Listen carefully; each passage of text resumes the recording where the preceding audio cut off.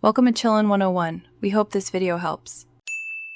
You begin on your phone, open Notion and sign in, then create a new page titled Trading Journal. Tap plus and pick Database, Table, that gives you rows and properties to track trades.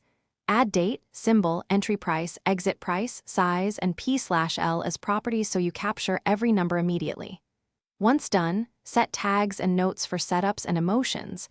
These let you filter and review patterns. Make sure offline sync is enabled so you never lose a quick entry on the go.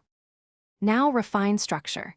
Create a template within the table for a new trade entry, prefill date, checklist for setup, and default tags so you save time.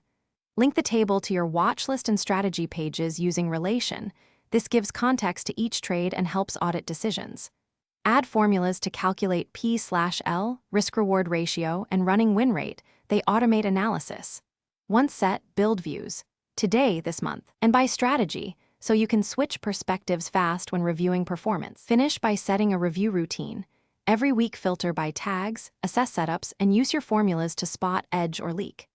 Export the database to CSV for backups or deeper spreadsheet analysis. On iOS and Android, share to cloud or email so records exist outside Notion.